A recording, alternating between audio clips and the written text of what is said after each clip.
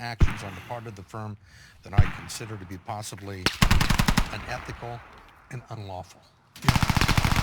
What were you talking about specifically? Well, in that particular letter, it was general. There were so many specifics. I could have written laundries. What kind of a response did you get from this letter? It was like throwing a grenade. I wanted to wake somebody up, at least to address the topics. It worked. 6 days after he sent that letter, Matthew Lee was downsized, let go after 14 years. But Lehman executives couldn't ignore the letter and asked their accountants from Ernst & Young to interview Matthew Lee. And in nailed interviews, we have the notes, which are part of the report. He says very specifically, $50 billion repo transactions moving money off the balance sheet at quarter end. So our conclusion was Ernst & Young certainly knew it as of that time and did nothing with it. Valukas says Ernst & Young was legally bound to make sure that Lehman's audit committee and its board of directors knew about Lee's allegations of unethical and unlawful accounting practices, but they never did. Did the audit committee know? No. Did the board of directors know? No.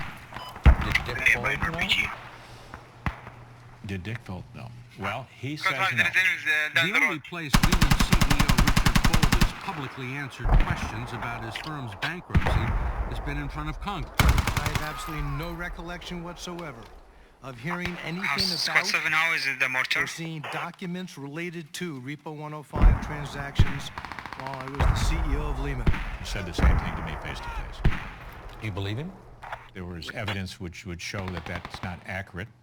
The president of Lehman Brothers told us that, in fact, he had conversations with Dick Fuld about this, and the documents were shared with him which would reflect the Repo 105 transactions and how they were completed. Richard Fuld's view on that was that he has no knowledge of it. You have other evidence that he did. A jury would have to decide who's telling the truth. But so far, there's been no jury to hear the evidence. Despite Valukas' findings and the supporting documents and testimony to back them up, the Securities and Exchange Commission has not brought any charges of any kind against former Lehman executives. For the past few months, we've made numerous requests to interview the SEC's head of enforcement. All of those